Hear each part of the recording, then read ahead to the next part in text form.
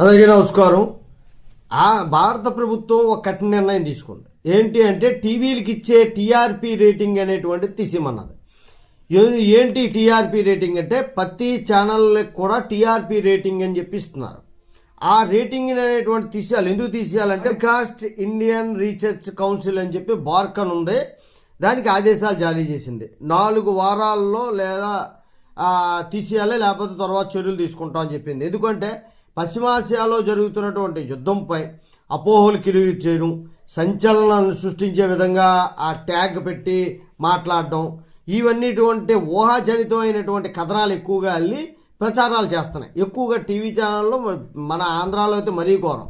ఇదిగో బాంబు పడిపోయింది, వాళ్ళు గెలిచేసారు, వీళ్ళు గెలిచేసారు, ట్రంప్కి ఏమో దంచేశారు, ఇరాన్ గెలిచేసింది, ఇవన్నీ రకరకాల పుకార్లు.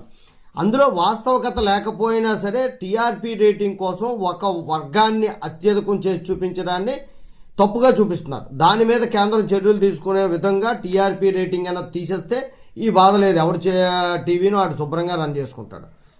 జై హింద్.